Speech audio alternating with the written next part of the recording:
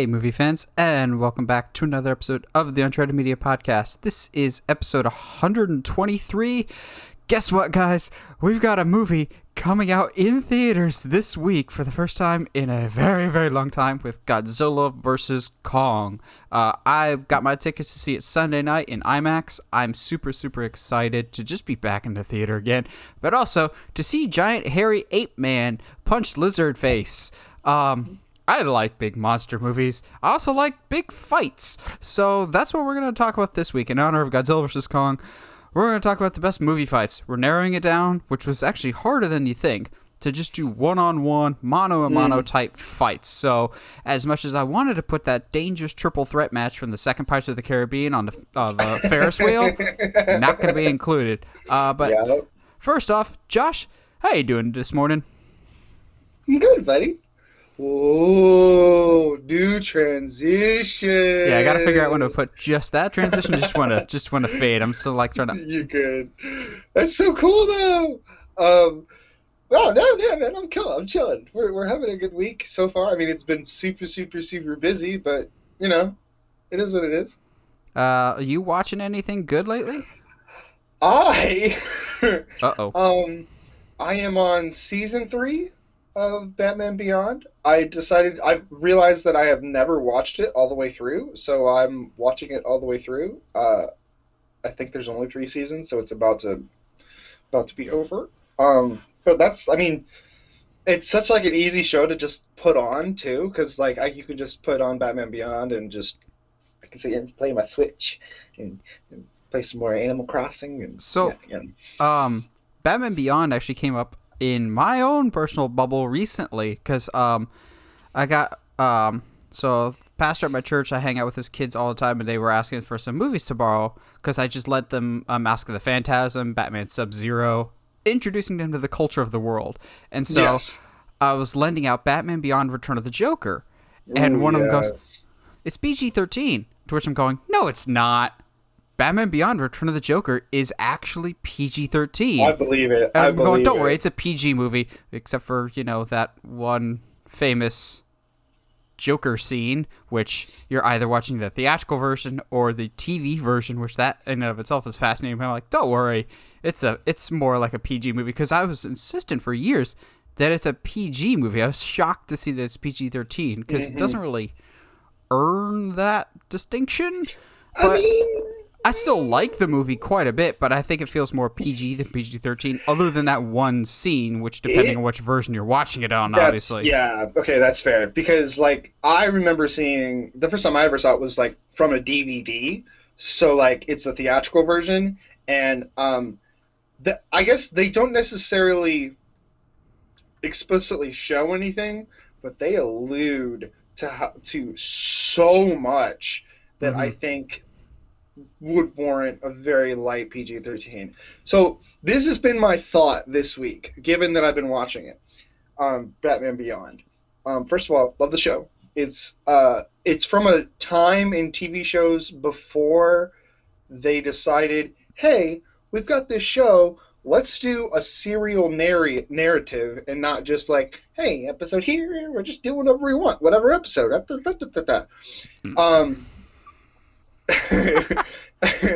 Because there's no episodes that are really interconnected. Sometimes they might bring characters back, and that's when they reference episodes past or whatever.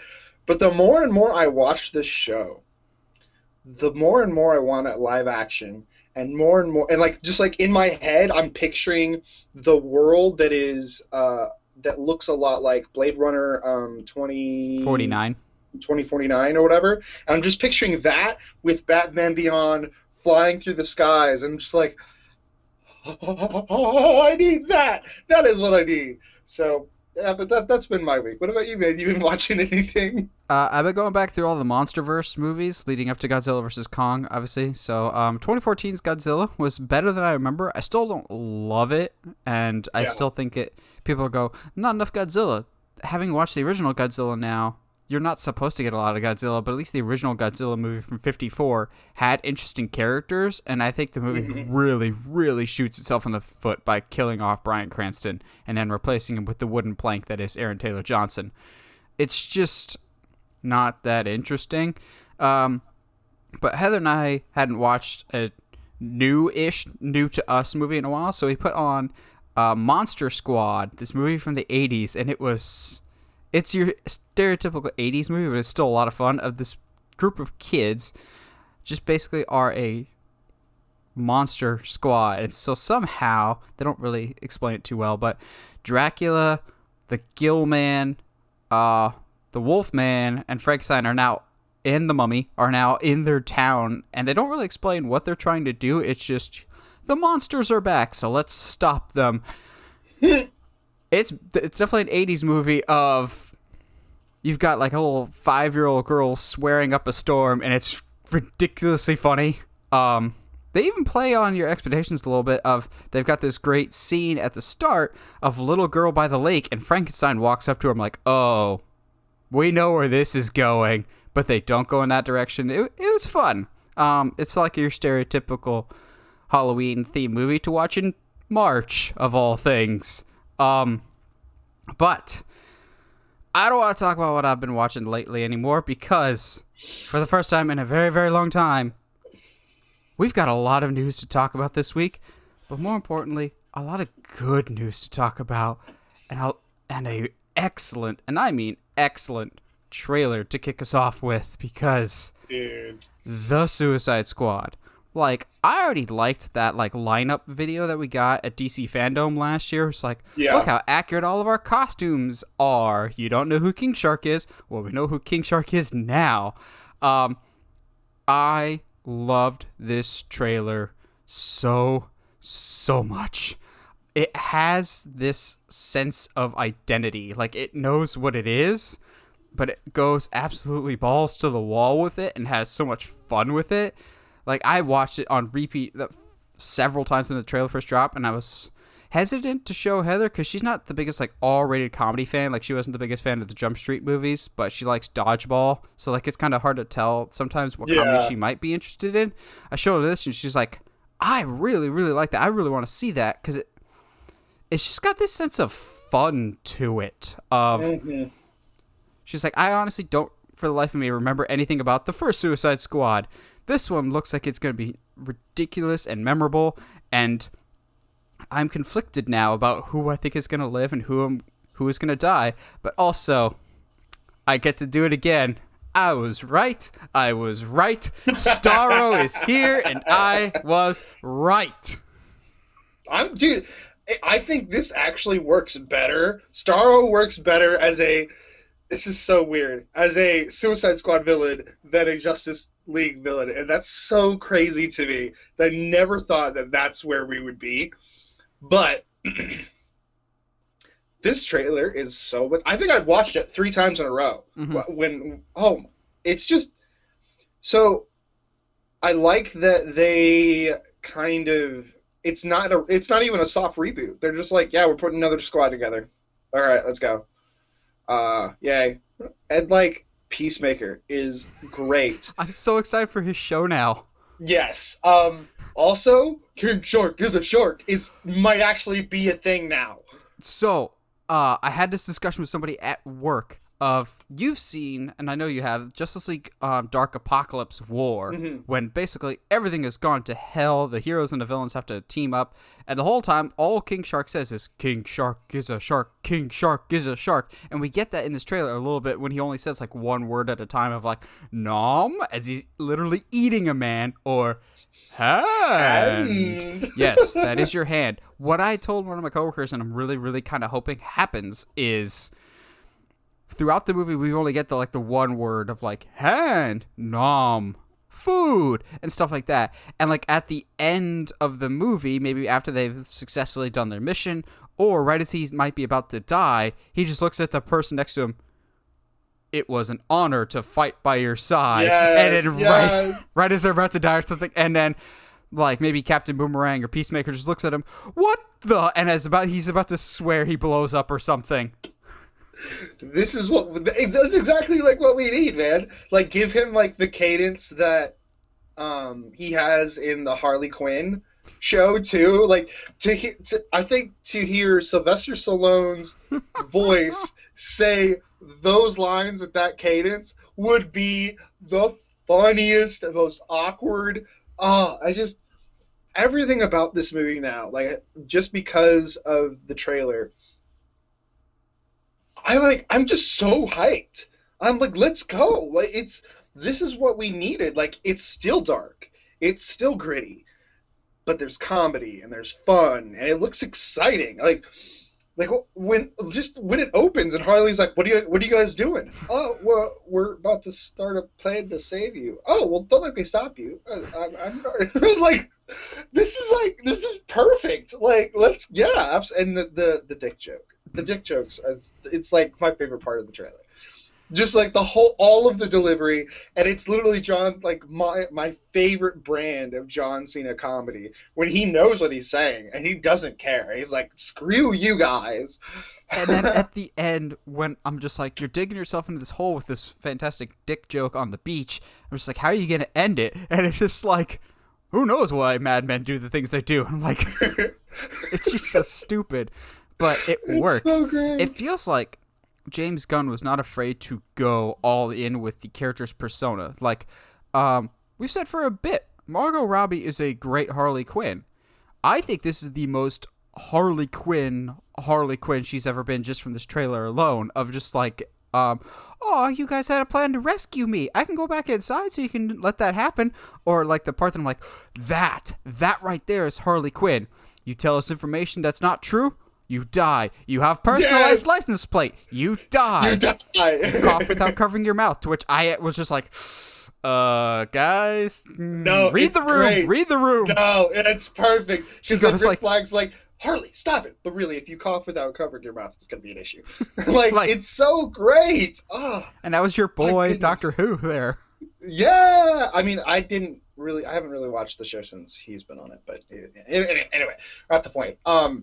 But I think it's worth being said that this is a Harley that we're exploring that really hasn't been shown on screen before, and it's the post-Joker Harley. It's not really been shown outside of maybe like it's been in animated shows, but really that's it. Birds of Prey, kind of. The movie wasn't the strongest. Really. It wasn't bad, just wasn't that strong. But like I think that's why, like, in some ways, we're not quite sure sometimes what to think of Harley, because her identity has been so tied to Joker, and so now we're exploring who is this person outside of a very toxic relationship. So yeah, just everything. Also, I'm just ready for you to eat that crow when it comes to Polka Dot Man, because tell me you didn't laugh when Bloodsport was like, we're all gonna die, and Polka Dot Man looks at him, I hope so. You're like, I was like yes! Polka Dot Man, mark my words, Polka Dot Man has some tricks up his sleeve, and he will be one of your favorite characters coming out of this movie. I bet you anything. And I wouldn't be surprised if he's like the only one left standing. Also, the editing in this trailer was wonderful. Like, as the editor that I am, I grin from ear to ear at the beginning when you see Michael Rooker's Savant character in the jail cell, and like the bouncing of the ball is timed perfectly to the music. I was just like, so Edgar Wright edited your movie. But actually, for some reason, the editing trick that I was just like, okay, you've quickly established who this character is just in your editing alone, is when you see Pete Davidson get the piece of toilet paper off his crock, and then the very next shot is Weasel licking the wall. Yes. And you're like, ew. But now I understand who Weasel is. And James, are you working out some psychological issues that you cast your brother as a character called Weasel? Who legitimately wears no clothes, and they don't try to hide the fact that he's not wearing clothes. Ooh. But yeah. Yeah, I didn't think that's something I needed to see, but I still don't think it's something I needed to see. But also, here we are. This movie is clearly not afraid to go nuts with the violence. Like, when you said King Shark ripped somebody in half, I figured it'd be like Darth Maul. Here's the top half, here's the bottom half. No, he goes full Mortal Kombat with it and just rips the guy. I'm like, oh, so that's why the trailer's red band. I am all for this. Now, let's do this now, and I'm sure we'll do it every time we get some new material. Who lives? Who dies? Because after this trailer, I think my list has changed a little bit. Unfortunately, I think Captain Boomerang is dying pretty quickly in this. I agree. Because he's not in the trailer very much. I think Captain Boomerang's dying. I think Flula Borg's javelin is dying because Harley has a javelin in the trailer pretty early on. I'm like, I bet you she took that off his dead body. Nathan Fillion's TK, who's probably Arm Fall Off Boy, because Nathan Fillion is never a big character in James Gunn movies. He's just there as a fun cameo. Plus, Arm Fall Off Boy, which, quick side tangent with Arm Fall Off Boy, I've always thought it was funny that in movies, like, Dr. Pepper is always, like, the soda of choice in movies that's always sponsored somewhere, but Nathan Fillion is drinking a Pib. It's the Pib. He's, like, blatantly, here's a Pib right here, and just like, that has to be an inside joke, right? I died because you and I literally talked about it like last week in the pod, I think, where it's like, well, I guess Dr. Pepper's just the drink in DC movies, and he's drinking a Pib, and I was like, hey, wait a second. I got that joke. Like, I don't think I've ever seen Pib in a movie, like, ever. I was like, do you have the budget, Pib, to be in a movie, or did James Gunn pay you? I was already excited for this movie. I'm even more excited. I think this movie is going to be fantastic. It's August, I believe. August can't come soon enough. I'm looking forward to watching this on the biggest screen I can, and then going home and watching it again on HBO Max, because I'm determined I'm still going to see it in theaters, because Starro needs to be seen on the biggest screen possible, and I was right again about Starro. Just Vince McMahon's strut to the Starfish Man. Just, yeah. Let's go, baby. I'm excited. I'm so excited. However, Woo! not as exciting as the Suicide Squad trailer, but I flipped my lid at this news.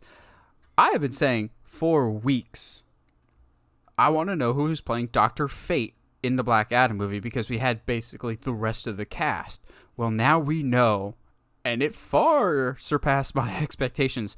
However, it does kind of shoot down a theory that I've had, and I've been very vocal on the podcast about.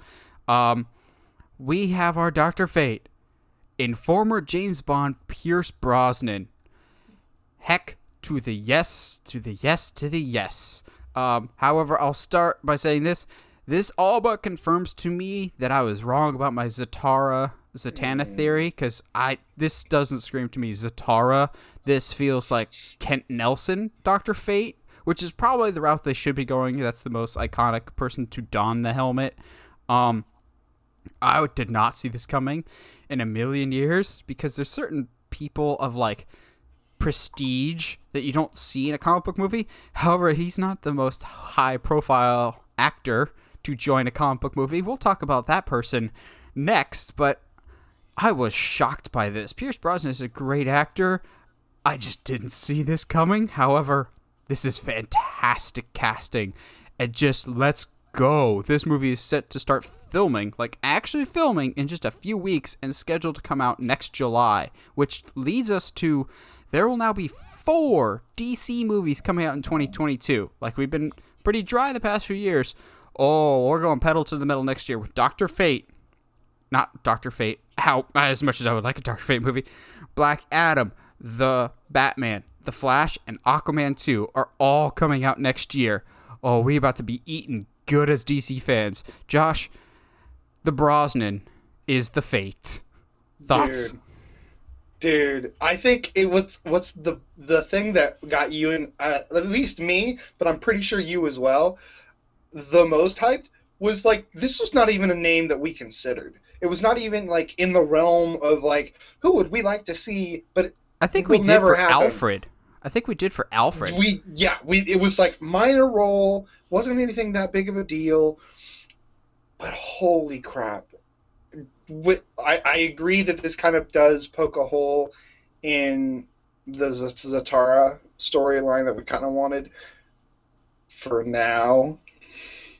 Because because that is the thing, the helmet could pass to anybody. Anyway, but dude, I couldn't even imagine a better casting. Like, I'm just imagining his voice in the helmet, and it's just perfect. Like, I don't know who else I would want now. Like, this, my only concern, but I guess, like, if once you put the helmet on, you can kind of, like, put a stunt double in there, and, you know, but, because he is kind of up there in age, but, like, well, maybe not. It's not like Dr. Fate's doing a ton of physical stuff. No, he, like, shoots from a distance. Yeah. My thing is, we probably still will have somebody else do the voice. Just because, as much as I like Pierce Brosnan, when I think Dr. Fate, I need like a James Earl Jones level voice. So I think we're still going to have two different people. Like one, you got Pierce Brosnan as the Kent Nelson character, which they've never actually said so far that he's playing Kent Nelson. It's just our assumption. Because many people have donned the helmet of Dr. Fate. And for those that don't know, Dr. Fate is kind of like if Doctor Strange did more like old Egyptian mythology circling him, and that's where his power set comes from. But it's not like he's born with magic. It's a taught thing. But also a good chunk of it is inherited from the helmet, if I remember correctly. They've never said that he's Kent Nelson, so we can't officially rule out that it's a Tara thing. There's been a couple others, but it seems pretty likely that he's Kent Nelson. I'm so down for this. If they're filming, this to me means we're only a few months away from official images of them in the suits, which, like, we've seen the Boss Logic, Shazam, Dwayne The Rock Johnson in the Black Adam suit for what feels like years. So I'm curious to see what it actually looks like when it's done, but also I want to see what Dr. Fate looks like. I want to see especially what Hawkman looks like. Is he going to have the open shirt and just the wings? Because that actor Aldous Hodge is jacked enough to pull that off. I don't know if they'd go with it. Does he have the helmet? Does he not? Like, there's so many question marks that I have from an aesthetic standpoint. How is this visually going to look? I'm just happy that it seems like we finally have some more forward momentum on this stalled project. So this casting is perfect. It to me signals that we are moving in the right direction. Let's see what they look like soon, please. Yes, absolutely. And I think that's the other thing is when it comes to especially Black Adam's suit, I need it to be visually different than the Shazam suit, other than it's black. Mm-hmm. You know what I mean? More regal. I think they're going to not use, for obvious reasons, body enhancements in the suit. You don't need it for The Rock. You needed it for you Zach don't need it for The Rock. But like at the same time, I think it will add to that different look of like, oh, like he is different than. It's not like, oh, we're just both really two buff guys that have magic. Yeah. So, but yeah, I'm excited. I mean, I'm expecting to have 4 pretty decent trailers, if not by the end of the year, into next summer. Well, not way before if they're all releasing next year. That brings up a really great question. We only have one DC movie this year with The Suicide Squad. Well, Zack Snyder's Justice League, but that's an older movie. Like, Zack Snyder's Justice League is a new movie, but it's not. It's tricky. What I mean to say is Zack Snyder's Justice League is not the type of project that will have a trailer in front of it. Which of those 4 movies, Black Adam, The Batman, Flash, and Aquaman 2, which of these 4 movies do we think there will be a trailer for in front of The Suicide Squad when it comes to theaters in August? I would think The Batman will get our first like actual full trailer because they've wrapped filming, and by the time it comes out in August, we'll only be maybe about 7 or 8 months away from The Batman, which comes out in, I believe, March. So they'll probably want to start ramping up their production. Go, hey, you like The Suicide Squad? Here's our next project. Maybe there's a teaser trailer for Black Adam. It's still kind of short notice. They probably will be done filming by August, depending on the length of the shoot.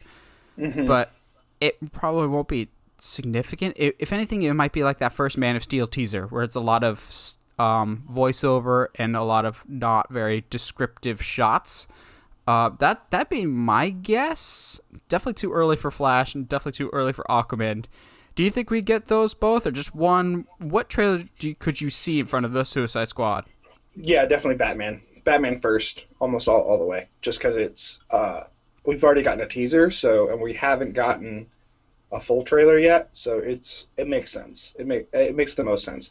Like you said, maybe something really, really, really simple with Black Adam, but that's kind of it. Well, speaking of Black Adam, for his yang, we've got his yin, which is Shazam. And another one of those castings, just like the Pierce Brosnan as Dr. Fate, we've got another one of those I never would have guessed this in a million years type of castings, as Helen Mirran, the esteemed actress herself, will be playing not just a character in Shazam 2, she'll be playing the primary antagonist of Shazam 2. Okay, sure. I never would have guessed this in a million years. But then again, actually, the more I think about this is less of a stretch to me than the Pierce Brosnan and Black Adam thing, because Helen Mirren over the past few years has shown a willingness and shown a desire to be in these more big blockbuster fun movies, like the criminally underrated Red movies. I like the first one more than the second one, but she is awesome in Red. Isn't she Jason Statham's mom in Hobbs and Shaw? Like, she's shown her propensity to want to be in these action movies, but as a primary villain, interesting. So does this not mean Mr. Mind is the villain, the caterpillar from the first movie that escaped? I thought they were setting him up. Maybe he's forming, because Mr. Mind led kind of like a Justice Society type like grouping of villains. Maybe she's involved with that.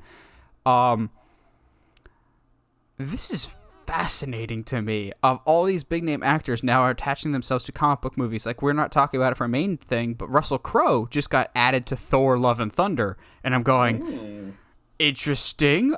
All these big name people are jumping on the comic book bandwagon, and I love to see it. However, the more I'm thinking about this, does Shazam 2, as much as I'm looking forward to it, does it to you, Josh, just kind of feel like a placeholder, kind of like an Age of Ultron, until we get to that Shazam versus Black Adam movie? Because ever since they announced Black Adam and Shazam was as good as it was, it just kind of feels like an inevitability. Kind of like Godzilla versus Kong, Godzilla King of the Monsters just kind of feels like that middle one before we get to Godzilla versus Kong. Do you feel the same way, or you think Shazam 2 is still going to kind of stand on its own? I think yes, only because in some ways, like you said, it's inevitable, but also I don't know enough about Shazam's, villains catalog to really know who else he could actually fight without him coming and joining the Justice League. You know what I mean? So, interesting, sure. I love her as an actor, so like absolutely, I'm super here for it. But yeah, I don't know. It does kind of feel like a placeholder, but I think that might just be that I don't know what other story there is to tell. And you know what? Just like the first Shazam, surprise me, man. I trust you. Bring it on. Yeah, that first Shazam was just the most pleasant delight and surprise for a DC movie. I won't say the same thing about The Suicide Squad, because I don't think that's really going to be surprising, because people knew the pedigree of James Gunn. Now, for some of us that knew David F. Sandberg's work, weren't surprised by Shazam, but I was surprised by the level of heart and enjoyment in it. So I'm really excited to see it continue. It's kind of amazing to me how much they've dragged their feet on it. Not taking their time, but Shazam 2 is a project that I've always felt that kind of needs to go a little bit faster in terms of pushing into production than some other movies, because those kids are going to grow up fast. Like, when we get to Shazam 2, Darla is not going to be as cute and little as she was. She's definitely going to be a few years older. We're going to have a Stranger Things situation on our hands really, really quickly. That's why I've always been like, come on, guys, get Shazam 2 into production, and also bring back Henry Cavill. That's not a wish, that's a demand. Please, now. Oh, we've lost Josh for some reason. Oh, got there it. You go. We're there good. I had to fart, so I muted it, and then I forgot to unmute it. That's staying in. That's staying in. Yeah. Oh, but good. But what was I saying? Oh, I think Shazam 2 will be smart enough to let the kids age up and not try to be like, no, they're still in first grade. This movie happens like, a few months later. Like, no, I think they'll be okay. And honestly, I kind of want Shazam to have a couple years under his belt before he faces Black Adam. So it's not like, I'm brand new and I don't know what to do. It's more, hey man, I'm not in my prime yet, but I've been doing this for a little bit. I kind of know what's going on, what I need to do, maybe a more control of my powers. Maybe some mentorship from Superman. Okay. I'm trying not to push it, bud. I will push it. Push it to the limit, because I need it. I need Henry Cavill's return, and I'm desperate for it. I'm also desperate for the return of Marvel movies. However, this is not a decision I agree with in the slightest, Disney. Bob Chapek, the CEO of Disney, once again showing his greedy side, and I cannot stand Chapek and what he's going to turn Disney into in the next couple of years, as he's already doing. But in positive news, at least we know Black Widow's not going to get delayed ever again, because Black Widow is now coming to theaters and premiere access of Disney Plus on the same day, which I believe is now July. So the movie's not going to be delayed anymore, but you can either see it in theaters or you can spend $30 and watch it on Disney Plus. I'm going, just make it a theater movie. Either that or I know you can't keep delaying this movie because you've got other things that are dependent on this movie. Or is it? I've always kind of thought this movie doesn't really impact the larger universe, and I've always questioned the decision for this to be the first movie of Phase 4, but maybe there is some key details in this that we need in order to go forward, but I'm still not convinced that there is. I still don't agree with this decision. However, there's a couple other movies that got shifted around. We now have Corella will now also be a theatrical release, as well as a premiere access. I was under the impression that was going to be a Disney Plus movie, just like cold turkey, just full stop. Yeah. And then Luca, the one about the two boys that are actually mermaids, that is now going to be just a Disney Plus exclusive. And the creators of Luca are not too happy about that, looking at Corella and Black Widow and going, well, why do people have to pay to see that movie, but we're the ones that's free? So yeah. I get their frustration. I think that more comes down to maybe they were not made aware. I think if there's better communication on Disney's side, I'm looking forward to new movies. I just don't think this was the right way to go about things. You see it any different? No, I agree. Because literally the only reason I haven't watched Raya yet is because it's still in the $30. Yeah, I think Disney is still going to keep trying it like 2 or 3 more times, and if it really is not working for them, then they might just go, okay, we're out of the pandemic, we're sorry we tried this, because it blew up in their face on Mulan. It really did. I just don't think that model is a smart idea for people to just go, well, we can just see this in 6 months for free, so why are you charging us this now? It just doesn't really make sense. A lot of people don't like it. I wasn't planning to talk about this, but it's an interesting thing to consider. With all these delays, what is Disney going to do about Death on the Nile that they got from Fox? Because if y'all remember, one of the main characters in Death on the Nile is Armie Hammer. So, what is the further you push that out, the more, like, that's a really big issue that you're gonna have on your hands. Yeah. What was that movie that came out like a year or two ago with Kevin Spacey that they reshot all of his scenes with Christopher Plummer, like All the Money in the World or something like that. Like the movie was completely done, and they had to reshoot every scene with Kevin Spacey in it with Christopher Plummer. We might be in a similar situation with Armie Hammer because, like, that's some serious stuff that went down with that guy. Yeah. And the further we get away from it, the weirder it looks for Disney to just go, here's our movie with Gal Gadot, Wonder Woman, Armie Hammer. Armie Hammer's cannibal extraordinaire. He's been replaced by Shia LaBeouf, the other cannibal, except he's an actual cannibal. Which one's the actual cannibal here? We don't know. So, yeah, I think there's just a lot of questionable decisions that I think Disney's making right now. Get it back to Black Widow. I'm excited this thing is finally coming out. Yes. Are you excited for this movie, Josh? Are you kind of like me of, I'm looking forward to it, but I'm also looking forward to getting it out of the way, as bad as that sounds? And I feel bad about saying that too, of like, can we just get this over with, please? Like, I want to see it. There's no air about it to be like, hey, this is going to add to the lore. This is like an adventure. I want to see Taskmaster finally, please. And I want it out of the way. I think my biggest gripe with the Premier Access thing, outside of having to pay $30 for a movie when I'm already paying for a streaming service, is I can't upgrade my streaming service account to Premier Access. You know what I mean? It's not like I can just be like, oh, cool, I'll just add $5 a month and then I can watch these movies and not pay the $30.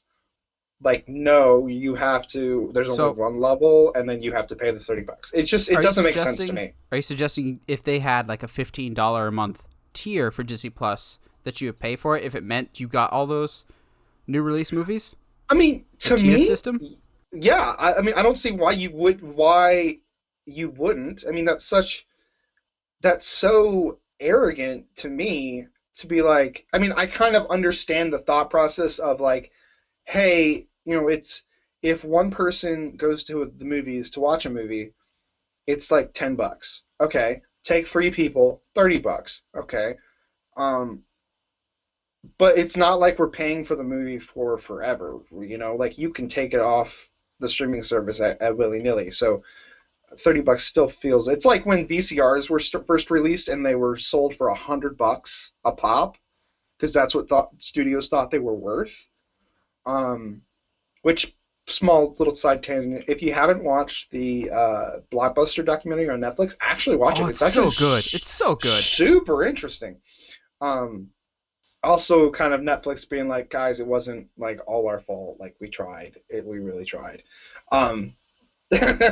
But yeah, it seems so weird to me anyway to have people paying for a service and you being like, all right, cool, this is Premier Access, but not providing Premier Access as like a tier that you can just get. It's not Premier Access. You're just trying to charge us for a film. And honestly, as long as people are paying for it, Disney's going to do it. But now, this is almost the main event. Almost. Like, if we didn't have a Suicide Squad trailer this week, and I wasn't trying to, like, categorize things by, like, DC over here and Star Wars and Marvel stuff over here, this would be our headliner for sure, because y'all don't know, I love me some Obi-Wan, and I'm just happy that we finally get to talk about Obi-Wan, because Obi-Wan not only has a cast, but it is filming in a few weeks. So, wow. Disney Plus has released the actual, like, cast list for this upcoming Obi-Wan show. And shocker, Ewan McGregor's coming back. What? No way! More importantly, Joel Edgerton is coming back. That's, like, the thing that I'm excited for the Ewan McGregor thing. Clearly, I might just keep this on the rest of the episode. I'm not even going to lie. This is probably one of the most comfortable things I own. I'm actually super, super amped that Joel Edgerton's coming back because, yes, he was Uncle Owen in episodes 2 and 3. But his stock as an actor has risen so much since those 2 movies that I'm like, yes, please just give me scenes of Ewan McGregor and Joel Edgerton together, and I can die happy. I'm so excited for the show, I don't even care Hayden Christensen's coming back. At least right now. I still am vehemently against it, and I don't understand the logic and rationale for it, but the rest of this cast looks great. We'll talk about them in just a second, but you see this cast, Josh. You see my ridiculous getup. What do you think of this cast and Obi-Wan series as a whole? Well, I had to put my hood up because I felt left out, so here we are. Solid cast. I think I have always been a defender of Hayden in that I think he has the ability, but was never truly given it's George Lucas, bro. Like, he's not exactly the best when it comes to directing actors. However, upon rewatch now as an adult, I don't know how else, like, what we were expecting Anakin to be played. Like, you know what I mean? Like, to me, upon, rewatch and looking back, Hayden played Anakin perfectly. He in a space soap opera, he did exactly what he was supposed to do. So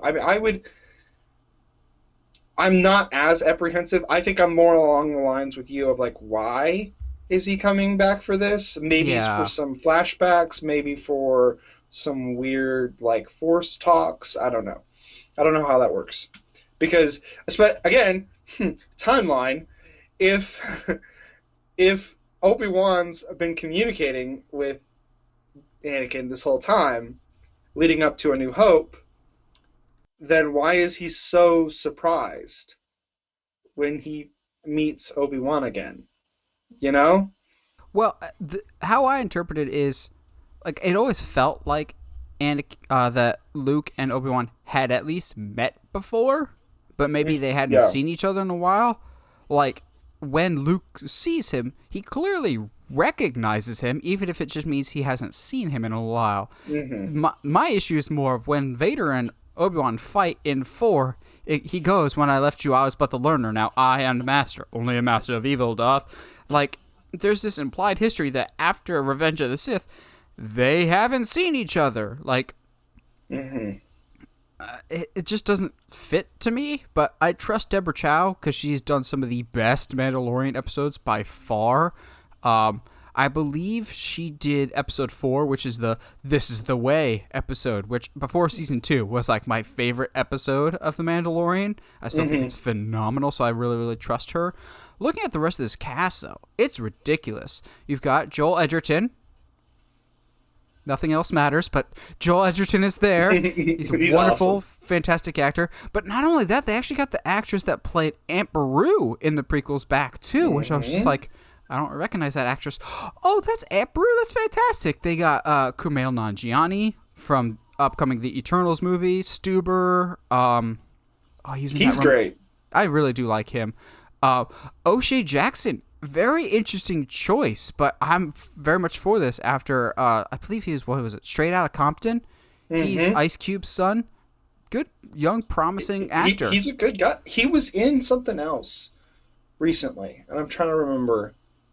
He, was a soldier.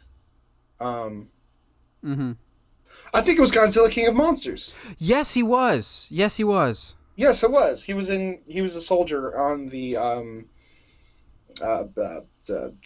oil rig thing. Yeah, but you also have Fast and Furious' son Kang. The one that really surprised me was Benny Saftey from the Saftey brothers. The only time I've ever actually seen him act was, I believe it was Good Time with Robert Pattinson. But this guy and his brother are more known for directors. They're the guys that did Uncut Gems. So that's very interesting. I really liked him in Good Time. He just wasn't a huge character. It's a vehicle for Robert Pattinson. This is a very interesting cast. I like this cast a lot because it's a lot of eclectic actors that bring a lot of different things to the table. I'm just beyond. If you got me with Ewan McGregor, you got my money as soon as he comes back. But the fact that you just didn't rest on your laurels with that, and you've brought a good cast to surround him with. And the Disney Plus Star Wars shows have been really, really great at that, of getting people that you wouldn't think of off the top of your head to be characters, but then when you see them, they're perfect for the roles. I would never have put Carl Weathers in a Star Wars project at all, but he was perfect as Grief Karga. Or, well, we kind of figured Giancarlo Esposito would be great as a bad guy in Star Wars, but how good he was as Moff Gideon. So, like, I trust the casting department for the Disney Plus shows quite a bit. I think this cast is phenomenal, and just, I've done my waiting. Years and years and many, many failed prediction videos dating back to 2015 or 2016, I feel like, waiting for this of some kind, back when it was supposed to be a movie, but then Solo and Rogue One failed. Just ingest this into my soul. It could be Ewan McGregor as Obi-Wan sitting by a campfire for 6 hours doing ASMR, and I would still tune in every single week. It could be 6 hours of Obi-Wan trying to figure out how to do that yell thing that he does in episode 4 to scare away the Tusken Raiders. It's just that, and I would still watch it. It's just, I'm excited. It's finally gonna happen. Thank goodness. So you bring up things that we never thought would happen.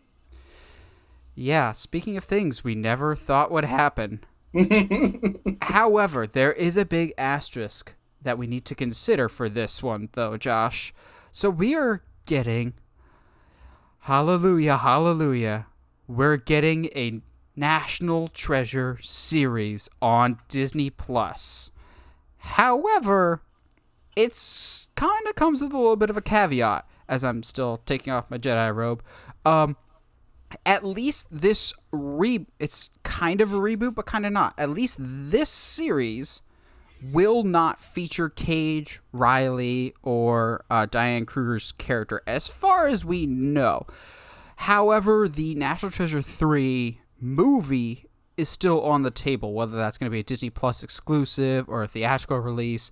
This is going to be something separate that might run either tangentially or might be a reboot of, I believe the synopsis I read was, it's a young Hispanic girl that's learning about her family's origin and trying to find down treasure, but it's history from a different people's perspective. It's not like history from the white guy's perspective, as we are learning from Falcon and Winter Soldier.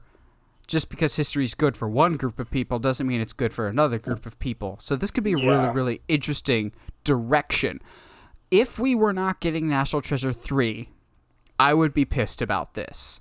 But the fact that we're still getting a National Treasure 3 kind of makes me much more open to the idea of, okay, we can tell more than one National Treasure story, because I still need Cage in my life. I need that Cajun spice.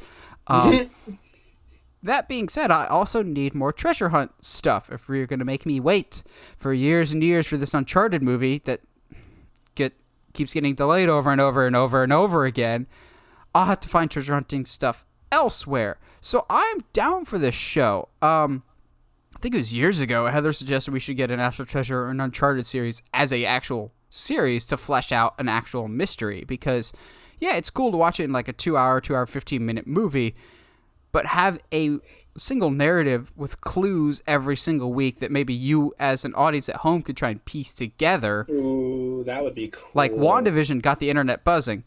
But imagine a National Treasure show that presents it with clues that you yourself could probably figure out and guess from week to week, causing you to, I don't know, learn about American history like National Treasure is supposed to do. National Treasure isn't an educational movie, but teachers always treated it like it was. Yeah. I think what would be interesting would be if every season is a new kid or a new person, and the National Treasure, in National Treasure is not necessarily American history. It's about somebody, like you said, allegedly it's about a girl who's trying to find a... Really? I can hear that. Do you hear that? I do. Is that an ambulance or a sad dog? That's a ambulance, I think. What in the world? I feel like this is like that moment in Markiplier videos when the guy's like leaf blowing outside of where he's trying to record. Okay, anyway, having a girl trying to find out about her past and leads to a treasure hunt, I think that concept could work and would be very, very interesting. and would be a very effective way in my educational brain to show histories of other countries and to kind of help us explore the world around us, not just be like, yeah, we America, we pretty cool, yeah. We could do that, but also like there's stretch so ourselves. much there's so much history out there. Like make a pirate treasure in the Caribbean, which is not, outside of the question, but then also like use it to explore the weird pirate power dynamics that the British imposed upon everybody in the Caribbean, even their own citizens. Like it'd be just like there's so much potential to tell really, really cool, true stories that I think is a show would be able to do, as opposed to, like you said, as opposed to trying to wrap it up into a 2-hour film. I like the idea of having it like National Treasure. The big gimmick of it was like it's American stuff, but if you centralize it to a given location with each season or movie, whichever they want to do it with, I think works better. I think one of my issues that I had with National Treasure 2 was that it was kind of too scattered in terms of what it was trying to do narratively of where the treasure is, as opposed to the first one was it's early colonial American stuff, as opposed to the second one going to London and Mount Rushmore and everywhere else. So it's just like bigger doesn't always mean better, whereas on your story it would be localized to a given nation's history. Like it wouldn't have to be American. Maybe it's like old Aztec history, and there's an they kind of did Aztec Treasure, National Treasure 2, but yeah, I'm down for this just because I want more treasure hunting stuff. Now, it all depends on who is in the show. I could see them, takes place in the same universe as the National Treasure movies, but it won't feature most of the cast. If anything, I could see them bringing back Riley as the connective tissue. Yeah. Maybe it's like Riley's nephew or niece or some cousin somehow. Like, they're kind of tied into it, but they don't have to have the cage all the time. I think it'd be a lot easier to get the actor that played Riley to be, hey, we're the OG National Treasure and we approve of this message, handing off the torch type of situation. You know what would make me pop the most is if he just like, we're like 2 seasons into this and we're just kind of like, we're enjoying the formula. We're just like into the show, and then all of a sudden they need something that's like very specific, and they need some of it, like in all treasure hunting stuff. There's only one guy that I can think of off the top of my head that would be able to do that, would be able to get this or like have an idea of how to pull this off.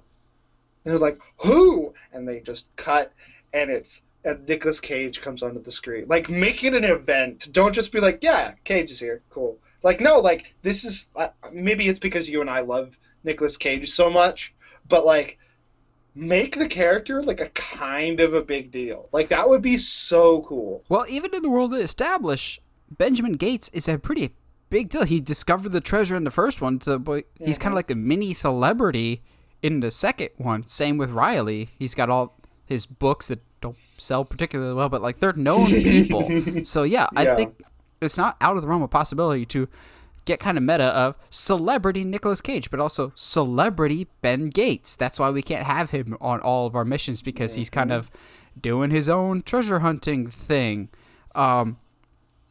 This is the type of stuff I want Disney Plus to do more of. Like, give us just more content. I like the stuff that you turned out for the most part. However, I'm not the biggest fan of your drip feeding of you can't get a new show till you finish the old one. Like, Netflix doesn't pull that crap, but then again, Netflix dumps all their shows all at once. I actually prefer the weekly episodic stuff. It creates more engagement amongst the fans. It lets your fan base grow over time. But I do wish for more Disney Plus content, and now that we're kind of... There's a light at the end of the tunnel for this pandemic, so I think we'll get back to steady stream of content. Like, I can't even tell you how excited I was to see the Suicide Squad trailer just because it was a new trailer, or the Spiral trailer that dropped today as we're recording this. I'm just going, oh yeah, new movies are coming out again. New projects could be on the horizon.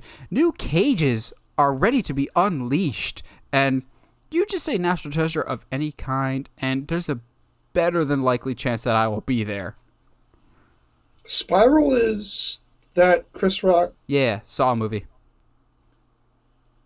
That I insisted was going to be set in the 90s, but this trailer doesn't completely shoot that down to me, but Huh, I didn't even know that a trailer could come out. All right, yeah, cool. maybe about 2 hours ago. I got something to do. Oh, 2 hours ago? That's why I was asleep. Got it. Yeah, Okay. it looks good. Our sponsor for this week, why not? I'll just go with McDonald's. It's what's on my desk right now.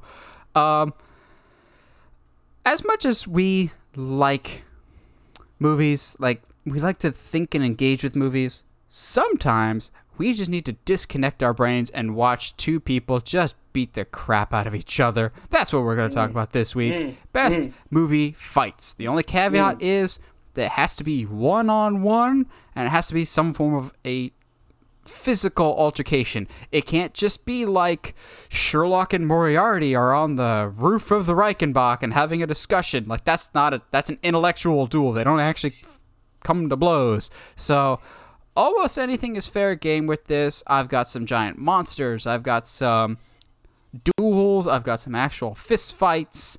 I'm all over the place. But ironically, as I'm wearing my Karate Kid shirt, I don't have Karate Kid on my list just because, like, one, because Josh is just a hater. But two, most of the fights in Karate Kid are like an unfair 5-on-1 situation. And even when we get to the final fight, it's not the best, like, choreographed, or it's just kind of the afterthought, as opposed to some later Karate Kids or even Cobra Kai, which has incredible fight choreography. Like, you either have to have good story or good choreography to me. And I'm not saying the original Karate Kid has bad story, like Josh will say, but it's fine. I just think there's some better fights later. Josh, we know. We want to start this Karate Kid story fight right off the bat. You've made it very clear that you think the original Karate Kid has a bad story. Saying bad story is, I think, the wrong word. I just think it's got the wrong protagonist. I think it's presented it was such an opportunity to not only show, like, okay, tell the story you want to tell, but there's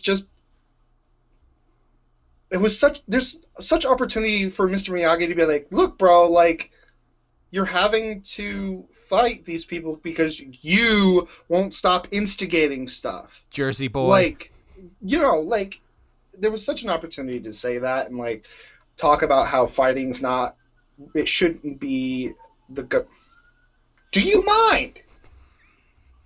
It shouldn't be the go-to, and, have that conversation, but it's like, whatever. Karate Kid's just an 80s movie about a kid who he doesn't even, like, love karate. He just, like, learns it so that, anyway, let's not... Okay, to be fair, if you can't talk about Karate Kid, then you also can't talk about Never Back Down, because they're the exact same movie.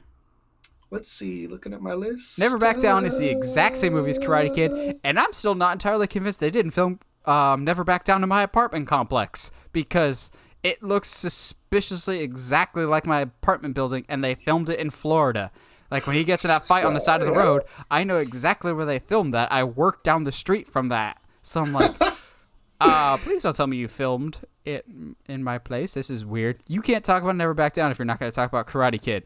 Let's see. Nope, it's not on my list. All right, where do we want to start with this? I got a bunch of different, widely varying ones. Okay, you know what? I'm gonna lead with Pacific Rim, just because the only reason we're having this conversation is because of Godzilla versus Kong. And Mortal Kombat's in a few weeks. You're right. And I've been playing Mortal Kombat 11 a lot. Nice. Because HBO Max just kind of gives us the stuff instead of charging us more. Anyway, that's weird. I'm already paying for your service. Anyway, but I specifically like and I'm trying to, like, I've marked it down, but I can't remember where it is in the movie.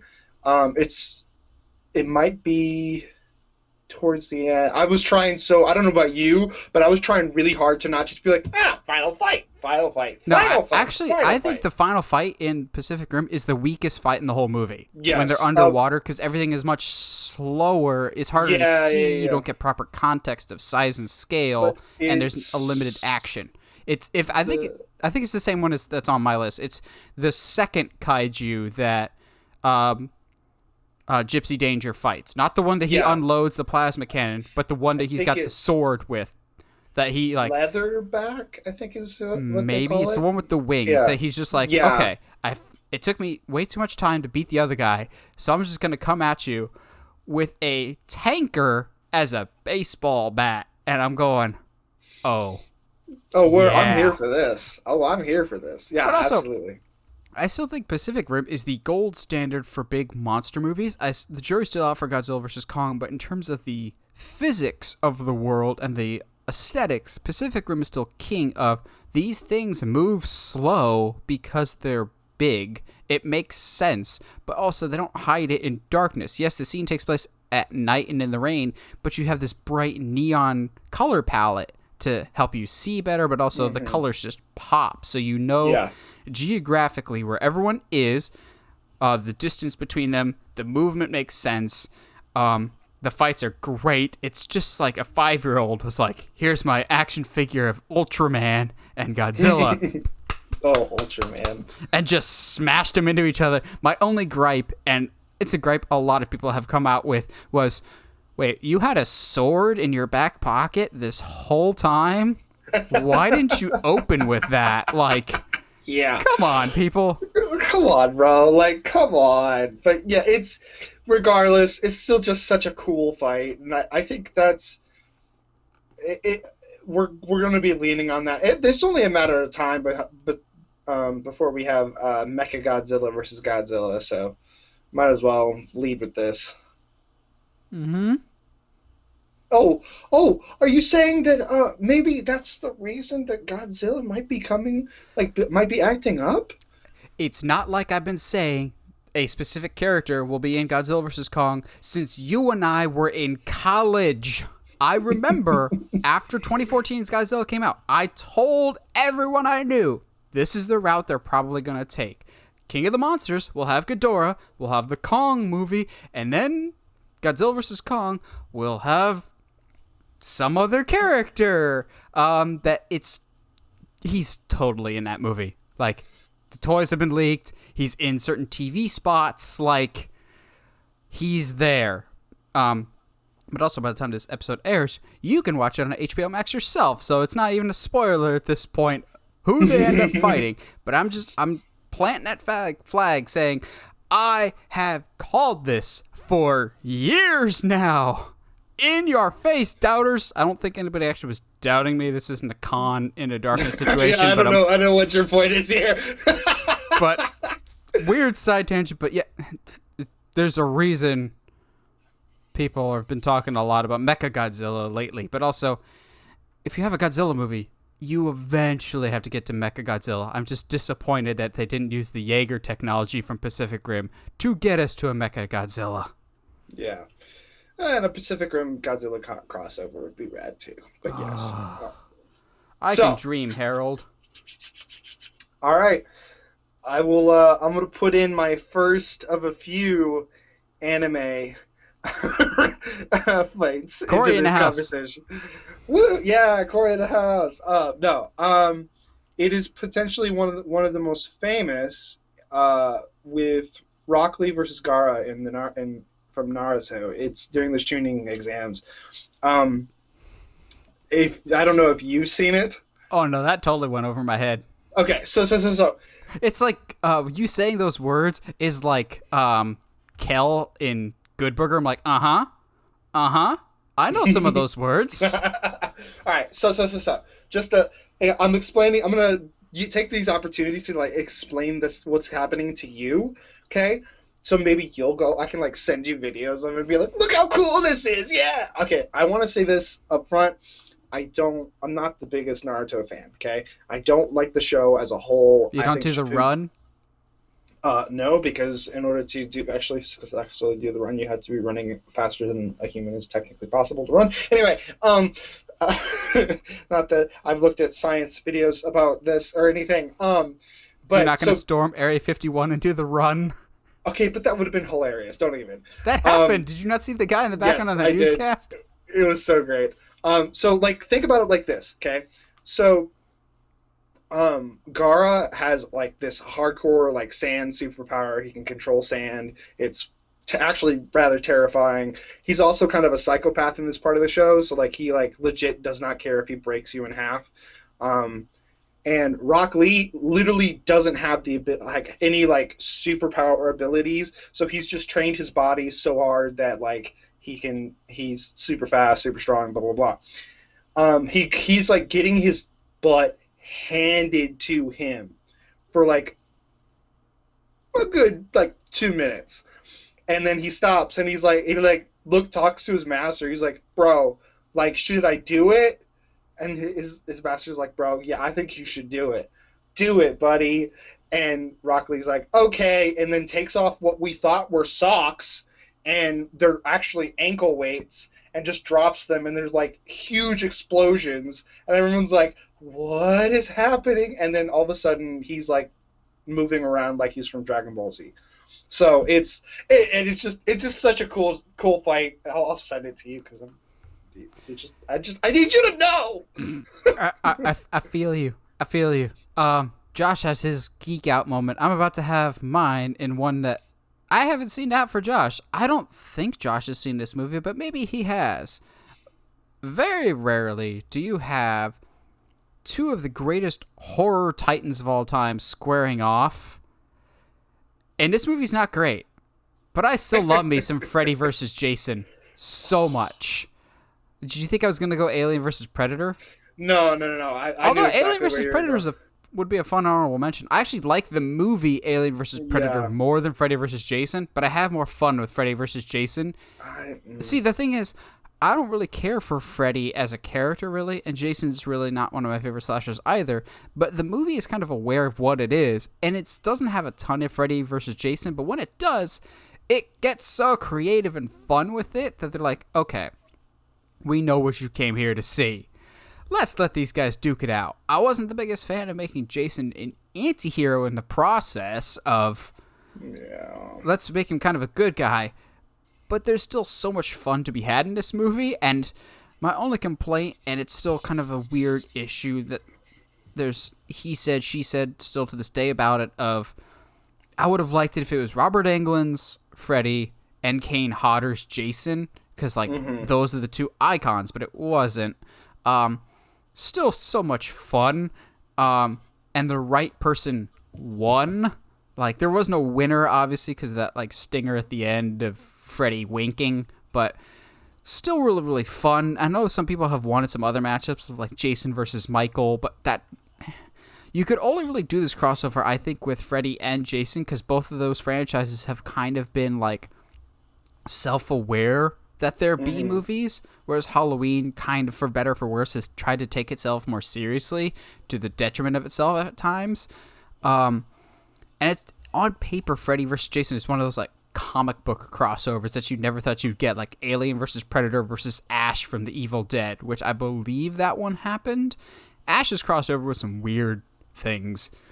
I still have so much fun with Freddy versus Jason. Not the best Jason movie by far. That's part 6. Or Jason X. I welcome your boos, and Josh will stand in defense with me on that one. But in terms of the legacy of both Freddy and Jason, I think this matchup of them squaring off lived up to the long-awaited hype, and it was still a lot of fun. What were you expecting? High art from these two movies? It was fun.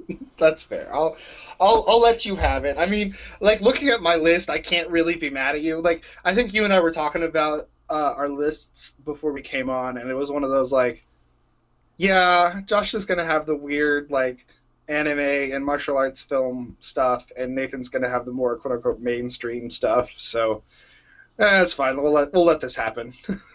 Might as well happen. I, believe it or not, only have one superhero movie on my list. I believe. Boy. Let me check. Yep, only one superhero movie. And of course, it's gotta be the best. That is Spider-Man. Now, Okay. you might be thinking, which one is it? To me, when it comes to one-on-one fights, there's only really one contender. And it's still a scene that we talk about to this day because it's excellent. Spider-Man versus Doc Ock on the train from Spider-Man 2. The CGI at times is a little wonky, but then again, it was 2004, so we can't get super mad at it. Mm-hmm. The closeness of the situation, the we can't stop the train situation going on, just the best Spider-Man fight, I think. I almost put Spider-Man versus Green Goblin just for the sheer brutality of it, because I still think no Spider-Man movie to date has matched the just cringe of Spider-Man versus Green Goblin. Like, good cringe. Like, Spider-Man gets his butt handed to him, and you feel every single hit because there's no score or music in the background. So when Goblin is just beating him, you feel every single punch, and it's just uncomfortable to watch. But Spider-Man versus Doc Ock and Spider-Man 2 was a step up in every single way. Plus, I just love me some Alfred Molina's Doc Ock. It utilized Doc Ock's skill set to the best of its ability. It used Spider-Man's abilities to the best of their ability as filmmakers. It was what I wanted from a Spider-Man movie. And subsequent ones, not as good. You've got Venom and Sandman. Yeah. The Sandman stuff was cool. Yeah, the Sandman stuff was fine, but as a one-on-one fight, it's only that truck scene, and that was fine. Looking at the Amazing Spider-Mans, the Lizard one was kind of anticlimactic. Don't even get me started on either Electro or New Goblin. That was terrible. As much as I love Homecoming, the Vulture fight was just kind of there. And I thought the Mysterio fight was kind of underwhelming. The trippy dream sequence that he has when he's first drugged by Mysterio, that should have been the finale, not the drones, because that felt more like an actual final boss Mysterio. If we got the Mysterio from the Spider-Man 2 video game, then we could talk, because I still have PTSD about that game and Mysterio, because screw that Mysterio. Oh, absolutely.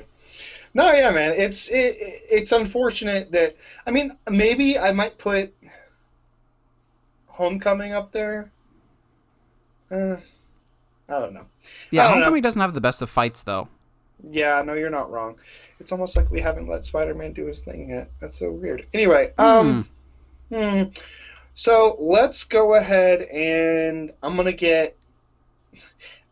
looking at my list, and it's just hilarious because, like, every name that I talk about all the time when it comes to martial arts films is on this. So I was like, I got one from Jet Li. I've got one from Scott Adkins. I've got one from Tony Jaa and Donnie Yen. But I think the only one where I don't know the guys' names, but they partner with Tony a lot, is the Raid guys. I was thinking about the Raid. So what's interesting is, and again, this was part of the process of like just finding the one-on-one fights. There's actually, in Raid 1, there's not a lot of one-on-ones. There's almost always somebody else involved, which is part of what makes Raid 1 so cool, is that the main character is always having to deal with multiple people. In Raid 2, there's no backup. It's the same main character, but it's a lot more of a gangster film than it is like a cop, like a Judge Dredd film like the first one. Mm-hmm. There is a fight. It's towards the end, but it is not the end. There's a fight in a kitchen that's like, geez, I want to say 5-10 minutes long. That's the Raid 2, right? Yes. Yeah, I know which scene you're talking about. Yeah, and it's incredible, and I love it's one of the pinnacles, like, as good as you can get as far as telling a story with no words and just physical actions, like, especially building up to that moment and who these two characters are in that film. It's so good. I don't want to necessarily ruin anything, mainly because so much happens in that fight that it's hard to just be like, and then this happens, and then this happens, and then this happens. But like, the fact of the matter is, it's very like Muay Thai based, and they open it with them kind of shuffling into position, Yeah, and almost I've like seen it's like, yeah, the getting set. dude, and it's like the most like oddly funny, but also like tension building thing about the that leads them into the fight because you're like because neither of them automatically takes the advantage. They both like utmost respect. Bro, I'm gonna take you seriously. Hey, bro, I'm gonna take you seriously because I know you can kill me.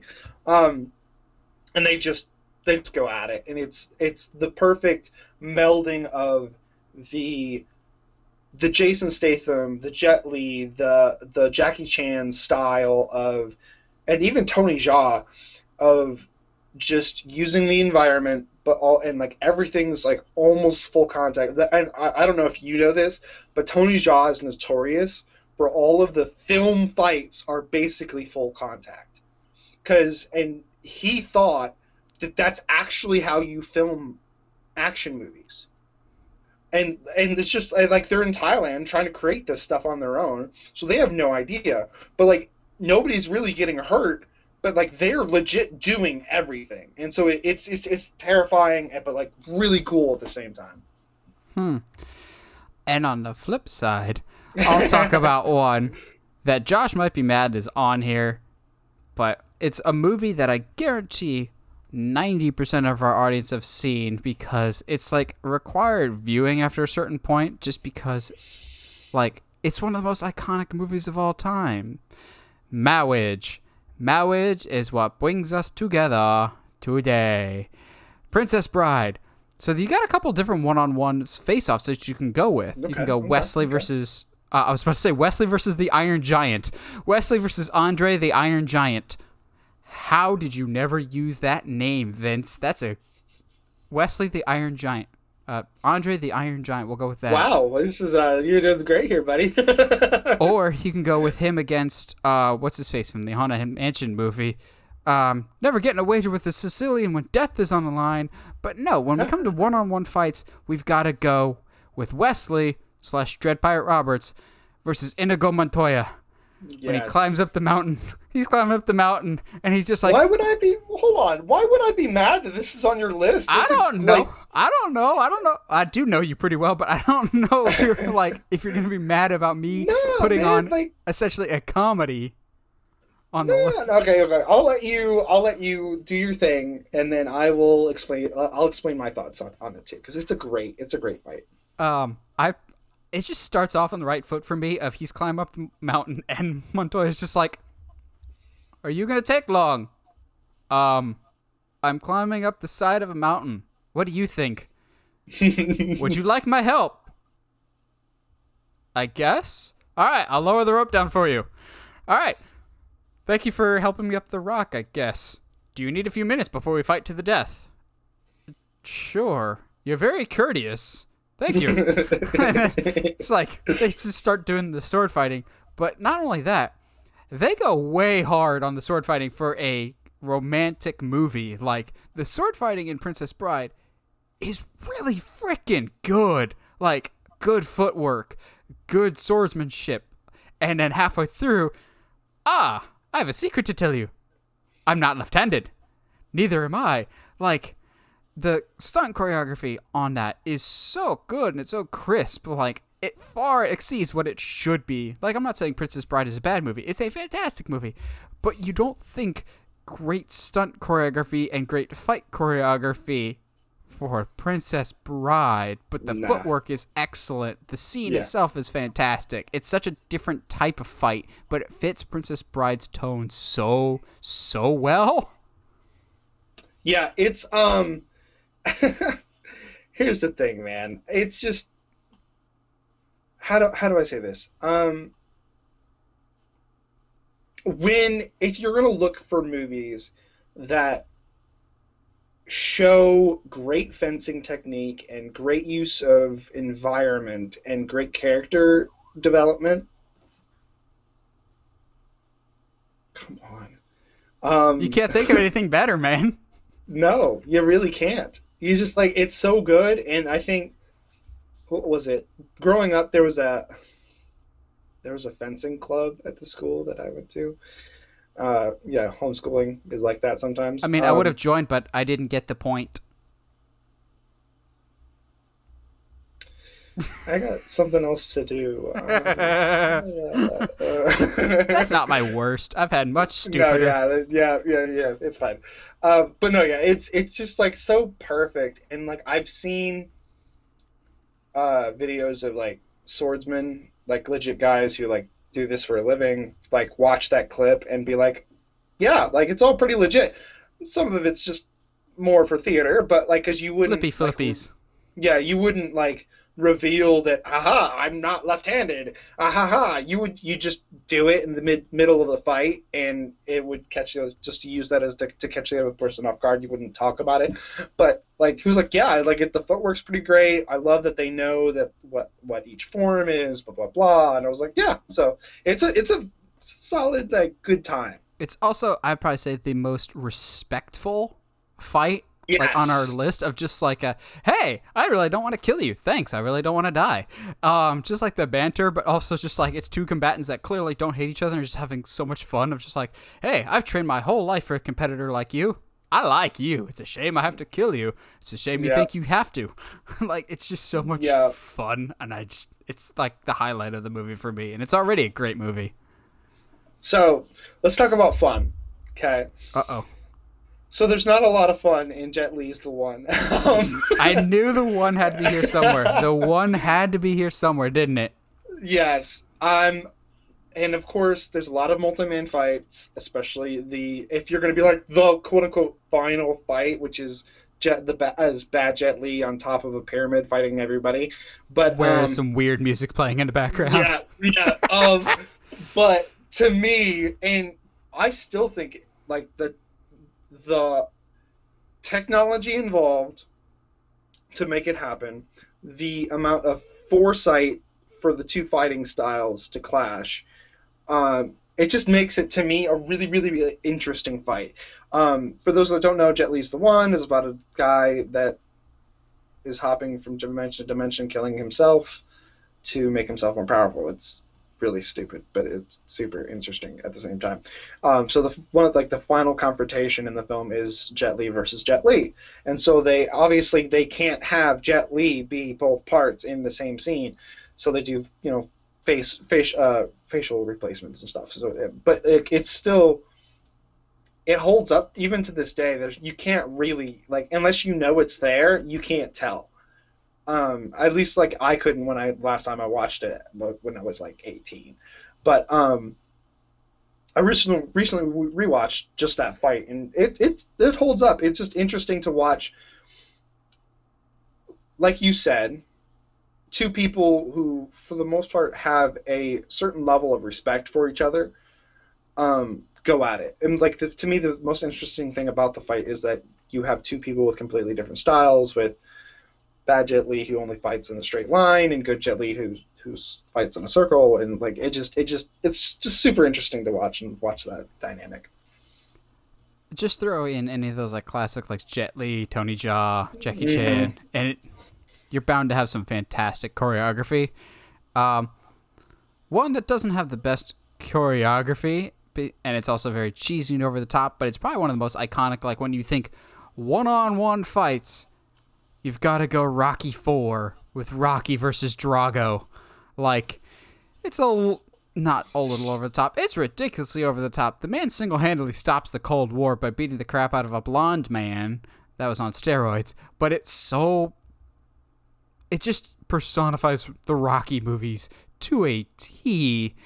For better, for worse, Rocky IV is still, I know people bash on it, Rocky IV is still one of my favorites of the franchise. Balboa is still my favorite. But Rocky IV, it's just a darn entertaining fight. I will give credit for the movie of it makes you feel like Drago is this big menace. Like, we're so used to Rocky being kind of on equal level of like when he hits Apollo or when he hits Clubber Lang, they kind of react like a normal boxer would. When he hits Drago, there's nothing. That's like a brick wall. So I applaud the movie for that. Of just like oh, run, Rocky, run, you gonna die. Yeah. And they also do that to a certain extent with Creed 2 when Adonis has to fight Victor. Like, that's just a brick wall to the point of when he finally gets him to bleed and finally knocks him down for the first time, even though he immediately pops back up, you're just like, heck yeah, you finally actually got him down. Rocky movies are always known for being big and bombastic, but to me there's no bigger opponent in the Rocky pantheon than Drago. He's literally larger than life. It's just a shrunk down version of a Godzilla versus Kong fight. There's not form, there's not technique, really. The training is literally him running up the side of a mountain. There's not actually technique to his training. I'm just going to chop some wood, grow a beard that I probably should have kept for the fight because it looks amazing, and then run up the side of a mountain. Like, it's cheesy, it's dumb, it's the 80s personified, and I love everything about it. I feel that. I feel that a lot. Yeah. So let's. I'm gonna keep going with this conversation about opponents that our main character shouldn't, or not shouldn't, but most likely won't survive from. Okay, and your Rocky versus Drago. It's his biggest test up to that point. I am gonna go back to anime and to a series I have been trying to get Nathan to watch for a long time with My Hero Academia. There is a fight season 2. It's during like a tournament, and all these are like during tournaments. What's happening? Mortal Kombat! If the new movie does not have the music, we riot. I think they did like a version of it in the trailer, didn't they? Not sure. Maybe not. Anyway, there's these. I gotta explain this to you, okay? So there's these, your main character is Deku, okay? He's got a power that he can't really control. Is he the one with the green hair? Yeah, he cries a lot. It's great. Okay.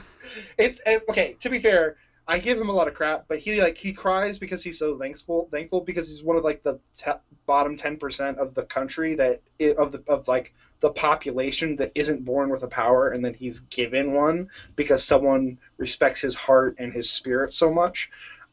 So he's just like super thankful for it.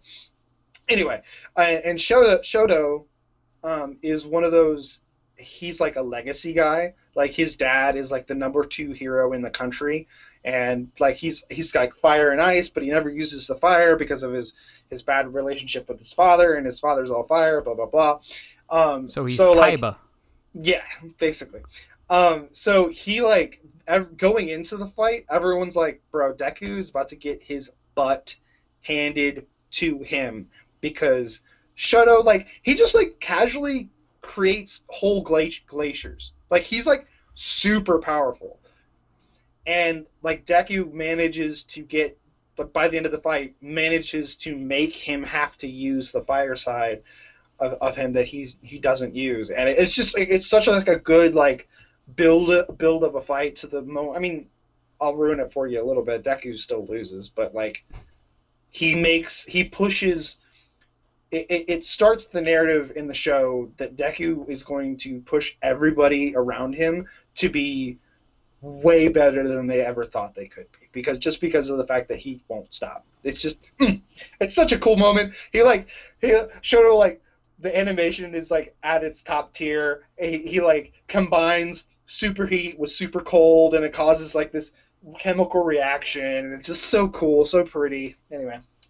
And then he like freezes the whole stadium, but it's almost like you're saying that that fights could also be narrative tools. What? No. What? No, I didn't say that. Hold on. I'll save my biggest like narrative tool via a fight for last. I got 4 more. 3 Same. like genuine fights and 1 that counts as a fight, even if it's different than everything else that we've talked about today, in that it's a kind of traditional duel with untraditional weapons. Of course, we're talking one-on-one, and the culmination end fight. We've got to talk about Harry Potter versus Voldemort. even if, I'll say this, even as a big Potter fan, I think the final fight between Harry and Voldemort is great up until they're in that like front courtyard part. That I think that's kind of a weak finish of just, hey, whoosh, and then it just kind of, Voldemort literally gets Thanos snapped away, which is kind of bizarre. But the rest of the fight, I've always applauded how the Harry Potter movies depict magic from the wands. Like, that's a hard concept to visualize because so many people could have their different interpretations when they're reading the books. And I've always liked how Harry Potter has done magic, basically, in the movies. Not kind of emulating lightsabers, but kind of emulating lightsabers. Even if the colors are flipped of, like, Harry has the red and Voldemort has the green, but whatever. Mm-hmm. I appreciated that the fight takes place basically throughout the entire castle. And it's not just, hey, you stand here, I'll stand here, we take 15 steps back and shoot. Like, it's a big sprawling fight, which in the book, I feel like, I can't remember, it's been so long since I've read Deathly Hallows. I feel like in the book, the actual final fight wasn't overly long, but you could say the same thing about the Narnia fights too, in the books, it's hard to keep a big epic battle interesting on a page. Like, you can only describe it for so long, it's easier to just visually show it. So like the Harry and Voldemort fight, I think, was very well done of showing the geography of Hogwarts, showing this is the culmination of 8 movies, all capsized into one moment. Yes, the Voldemort's final defeated thing could have been a bigger deal, but also, if I remember correctly, in the book, Harry defeated Voldemort in front of everybody, as opposed to in the empty courtyard. Honorable mention, he didn't actually duel anybody, but any chance I get to shout out Neville, who's the actual hero, he's the Sam. Oh, absolutely. Neville is the Sam of the Harry Potter world. Like, Harry's Frodo in terms of he gets all the love and attention, but without Neville, there is no Harry Potter. Yeah, oh, absolutely. I mean, I've never read the books, and to be quite frank, I was never that into the movies either. Like, they're cool, and I appreciate the story that they're telling. But it's I can appreciate that final fight quite a bit. It's good. It's good. All right, how many more you got? I got 3 more. Well, I have 4 more now, but I kind of don't want to talk about one of them, so I'm gonna knock it down to 3. So you got 3 more? Yes. I'll be curious if we have any overlap in these 3 or not. I don't think we will. I looking at my list, I'd be very surprised if we have any overlap at all. But dude, it's not. We kind of expected this because I'm just really into martial arts movies. Yeah. Like when we talked about best fight movies, that was Josh's wheelhouse right there. Bro, I still remember in college, Weslow was like, bro, there's not that many good martial arts films. Like, I don't understand. Because I was like, yeah, I've watched as at least 2 every single day this month. And he was like, how? I didn't think there was that many. And I was like... That's like saying Halloween's the only slasher movie that's ever existed. Yes, but like, so I was like, all right, cool. And like, I literally, that afternoon, instead of doing homework, wrote down, I think it was a list of like... That explains a lot. Yeah, it does. I think when it was all said and done, I think it was close to 150 movies. They were like legit good. Mm-hmm. And I was like, here, homework for the summer. And he was like, oh. Yeah. All right. I'm assuming you've got some more martial arts ones. What are some of your final 3? All right. I got 2 martial arts and 1 more anime. Oh man! All right, I can kind of just kind of rattle them off. One of my martial arts. I'm a big fan of Scott Adkins. If you guys kind of have been listening to the show at all, he's a British kickboxer turned actor. You've probably seen him in movies. And he's usually somebody's bodyguard in some movie that will take some big bumps. Unless it's Hercules, in which he plays an angry king for some reason. Not the Dwayne "The Rock" Johnson one. Yeah, the Kellen Lutz one? Yes. For some reason, he's the king in that. It's like the weirdest role for him to play because it doesn't require any physical like martial arts from him. Anyway, so I'm not talking about Hercules, thank God. We're talking about Undisputed 3, which is literally the movie that got me into like martial arts films. Like I saw the one and like some Jackie Chan films, and I was like, oh, this is cool. But like literally, Undisputed 3 changed the game for me as far as like what's possible to do in a movie when it comes to martial arts. It is the final confrontation only because it like you and I love. It is the culmination of the narrative that the movie is building to. And it's actually really the culmination of 3 movies worth of narrative. Because he like Boyka is this character that he's the top dog in movie 1 and 2. And then in 2 his knee gets absolutely shattered by of all people. Yeah, I know, right? Of all people, Michael J. White. Michael J. White is the one that destroys his knee. So I was like, all right, cool. Hey. Not watching that movie. Oh, it's terrifying. So anyway. I still struggle with the Evil Dead remake. Oh, and like legit, anyway, it's you're going to cringe even more here in a second. I'm about to take my headphones off and just trust you. Just like wave me back on. The whole movie, it's like when we get back when we come into the beginning of the film, it's obvious like he's barely able to walk. Like it shows that he is trying to work it out so he can like be mobile, but he's like shuffling everywhere. And then he gets this opportunity to be in a fight, blah blah blah. It still kind of is not to 100%. But then he gets invited to a tournament, and literally the second he walks into the door and sees everybody that's going to be in the tournament, you can see him just kind of adjust his stance and start walking normally. And I was like, oh no. And so like he's just constantly like, get him an ambulance, but not for me. He like is constantly building himself up, and you can tell that he's like, yo. And like the big thing about in 2 is like he was this arrogant, like he was the villain of 2. So it's like, so having a villain be your hero of the next movie is also very, very interesting. So like, but like the final fight is with a guy who literally, he's in his own right, he's very skilled, absolutely. But he's taking like huge amounts of steroids throughout the entire film. So it's obvious like it's also like he's cheating.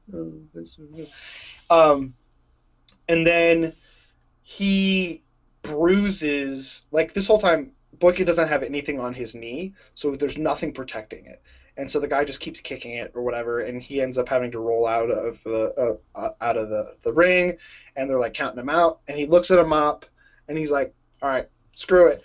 Breaks the mop handle, takes the mop and uses it and like creates a knee brace for his knee, gets back in and whoops this guy to the point that the guy throws a kick and he just holds the knee up and the knee snaps on his, like showing like how strong his knee is now and all this other stuff. It's just super, it's wild, it's crazy. The fights are incredible. They are like the Undisputed series in general is amazing, and it's as close to full contact as you can get. I'm so glad you bring up martial arts again. And entering a tournament. I swear, if it's any of the 90s Mortal Kombats, I'm coming after you. Too bad. You will No Mortal Kombat today. Think of another tournament-related movie that you and I love dearly. This is the most emotionally gut-wrenching fight we will talk about today, bar none. Josh is kicking himself. He forgot about this. I knew this would happen. I knew Josh would forget about this. No, I'm so mad at myself. Oh, because we sing the praises of Warrior to the hills, and I'm sitting here like, martial arts movies. My disciple, you have failed the great code that is Warrior. You have failed the Warrior's code. Because, seriously, this will be the most emotionally gut-wrenching and narratively fulfilling fight in this whole discussion we'll talk about today. I have 2 more after this, but this is still, like, to me, the example of fights on the surface and on the sub-level can be very important for your fight. So, In the movie Warrior, it's two brothers enter a UFC tournament. There's more to it. They all have their reasons why they're in the tournament that are both very good moral reasons to be in it, but they haven't been on the same page. So when they get into the ring, literally all the emotion and turmoil and baggage that both these characters have come into the fight with is all unleashed in this cage. So on the surface, they're beating the crap out of each other to win the tournament. But on this subliminal level, it's two brothers beating the crap out of each other to work out their emotional issues that have been built up for decades between the two of them. But one, the combat in this scene alone is fantastic. We've seen one of the guys in the tournament so far be the very methodical, tactical-minded individual because he's not the biggest or the strongest in the tournament, so he's got to tap everybody out. All of his victories are tap-outs. He doesn't have a single knockout. Whereas on the other side, the guy has not thrown more than 3 punches in a single fight before he knocks his opponent out. So you've got tap-out versus knockout, and the guy that's knockout artist is just wailing away on the submission expert.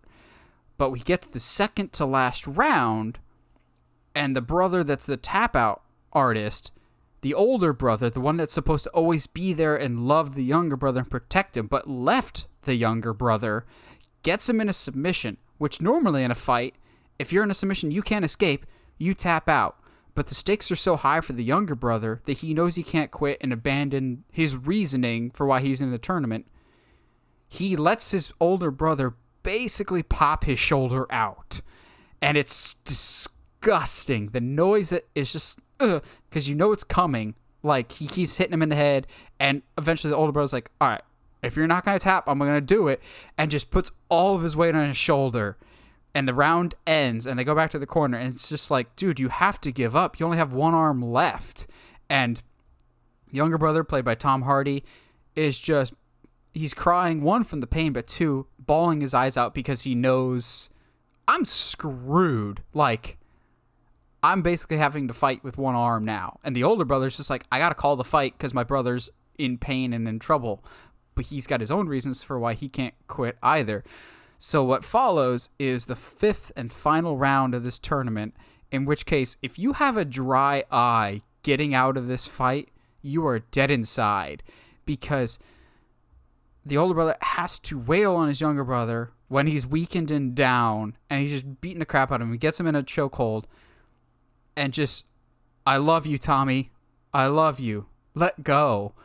And it's just, oh, the music is perfect. The fight choreography is perfect, but it's fight as a metaphor for something else.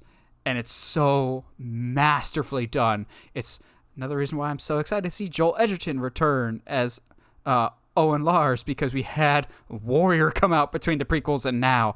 Joel Edgerton is a phenomenal actor, as is Tom Hardy. I feel like Tom Hardy gets more of the recognition than Joel Edgerton, but Joel Edgerton carries Warrior. He carries a big chunk of that fight. And it's one of my favorite fights of all time for the narrative reasons, but also for it's just a heck of a time to watching two guys just go at it. I will even say, you know what? I'm replacing my last one with a fight from this movie. It's not the final one. I think I know where you might go with it, but yeah. It's the second to last. The Koba fight? Yes. Oh, dude, the Koba fight. Because here's the thing. And again, maybe this is like showing my talents. I love underdogs. But I think the fact of the matter here is it's not like a Rocky underdog where he's like, oh, I just want to box. Yeah, blah, blah, and I'm going to fight this guy because reasons. But like legit, like he has to go through this guy because he has, spoiler, I guess, for an old movie. That's 10 years old this year. Yeah. Oh, wow. He has to get through this guy because he has to win the money because otherwise his family is out of the house. Yeah. And like they'll be Frank bankrupt. Grillo, his manager, says is like the best line of the whole movie is, if you don't win this round, you lose the fight. If you don't win this round, you don't have a home. And you're like, go fight. Which, shout out to Frank Grillo in this film, too. Like, holy cow, bro. Everyone's so fantastic. Jennifer Morrison's awesome. Frank Grillo. Nick Nolte was freaking awesome. Oh, he's heartbreaking. Oh my goodness. Stop But this the ship. Oh, stop! No, I don't want to cry right now. But no, like the Koba fight. So he's Joel Edgerton's character again, like we said, is like this guy who he's not the strongest or the fastest, so he relies on submissions. Going against, of all people, Kurt Angle playing a Russian. Who actually looks pretty good as a Russian. Yeah, he does. I was surprised. I was like, that's Kurt Angle? I actually did a double take. I think I didn't notice it until my second viewing of like that it was Kurt. I was like, hold on, wait a second. But legitimately, there's many moments where you're like, there's no way that he beats Koba. Like I think there's a moment where he picks him up and power bombs him. Oh no, he like power bombs him 3 times in a row. Yeah, I was like, there is no way he survives. And you feel those power bombs. Oh god, it's so bad. The sound design in the fights are phenomenal. You just know, like there's no way, and then he ends up. It's a testament to his character's skill that he's able to pull it off.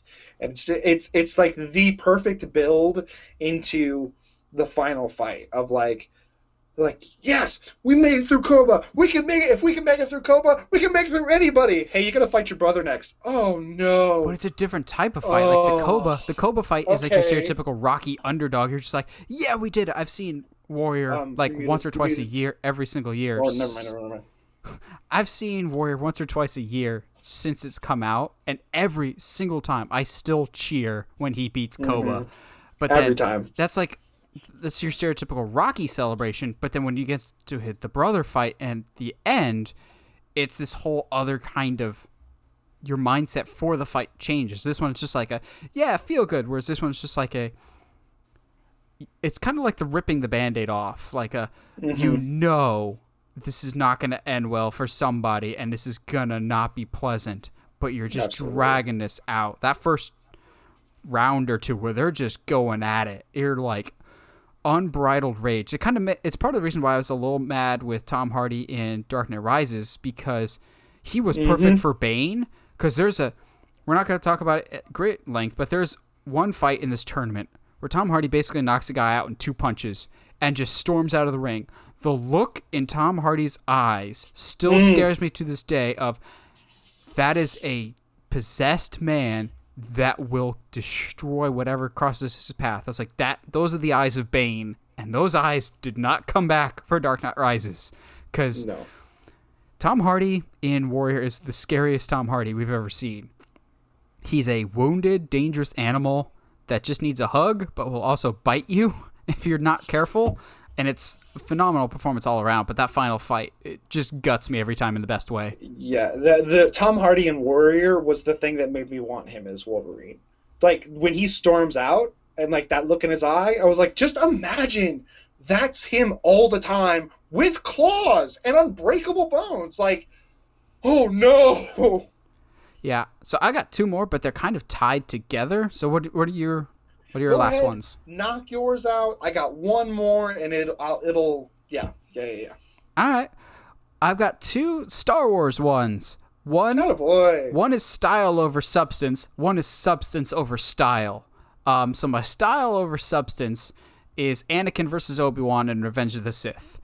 Yes, it goes on way, way too long. I say it's style over substance because it's cool that they're fighting for 20 plus minutes, but there's been no great build up to it. I know some prequel defenders out there will be like, it's so tragic of Anakin versus Obi-Wan. We've seen like 5 minutes of these two together. Like, the prequels do this weird thing where they like go out of their way to have Anakin and Obi-Wan be apart for almost their entire movies. Of like, Attack of the Clones, Obi-Wan goes to Geonosis to do some investigating, and Anakin comes to rescue him. Revenge of the Sith, yes, they have that opening mission, but then Obi-Wan goes to Utapau to get General Grievous. They spend more time apart than they do together, so their relationship was never the strongest for me. However, this final fight, they definitely brought their A-game for the fight choreography standpoint. Is there too many flippy stuff, like Young Bucks type flippy stuff? Yes, there's that stupid thing of them in the like the generator room or wherever, where they're just twirling their lightsabers at each other for a solid 15 to 20 seconds, and then hit lightsabers. I'm like, what are you doing here? Like, you're just flipping for the sake of flipping. But it has some fun choreography, some creative stuff, like them swinging back and forth at each other, which are just unpractical and ridiculous. And I get that they wanted to be this big, epic, tragic moment. It doesn't quite get there. But as a fight, it's still a lot of fun. However, it's not the best Star Wars fight. The substance over style has terrible fight choreography. But it's supposed to, I think, because it's just sheer, unbridled rage from Luke Skywalker in Return of the Jedi. My single favorite moment from Star Wars. All 11 movies. It's 11, right? 12 if you want to count the Clone Wars movie that no one counts. My favorite Star Wars moment by far is, if you will not turn, then perhaps she will. No! And Vader, even with the mask, you could tell Vader goes, "Oh, balls. I done goofed, Aaron."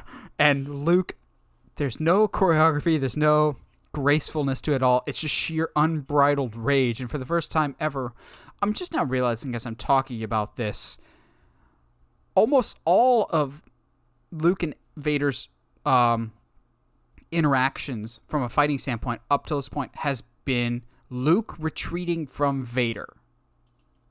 It's always been lateral movement, Luke backing away from Vader because Vader's always in control. For the first time ever, Vader's backing up. It's opposite lateral movement. Luke is the one in dominant control because Vader has done goofed, and Luke is dipping too close to the dark side and just wails on his dad and then beats him, chops his hand off, but then looks down and goes, "Oh, I have become my father. I've embraced what he did. I have become what I swore I never would," because power is very, very easy to fall to. It's very easy to be corrupt. And in that moment, he understands his father and still does the stupid decision of throwing his lightsaber away, which would be very, very helpful 2 minutes later. But it's not graceful, it's not choreographed well, but from a narrative standpoint, this is what the original trilogy was building towards. This is, will the son make the same mistakes that the father did? Will he find redemption? Will he redeem his family's name? Or will he become the new Vader? It's not the slickest combat scene like a Duel of the Fates, but from a narrative standpoint, they could not have done it better. I agree. Yep, I'm all here for it. I have seen some like fencing experts and stuff like that, like analyze the Anakin and Obi-Wan fight, and some of them are like, yeah, no, that makes sense. They're both, if these guys are actually like, they're as skilled, like equally skilled with a lightsaber, then some of the stuff that they're doing makes perfect sense. Because like even the twirling, they're testing the speed, they're testing certain things. They understand that one mistake is going to be the death of both of them. Yeah. So, I mean, it's to a certain extent, it does make sense. I agree there's too much flipping, and there's certain things that Let's swing at each other from vines. Yes. After we just had this incredible fight. Anyway. No, high ground. I would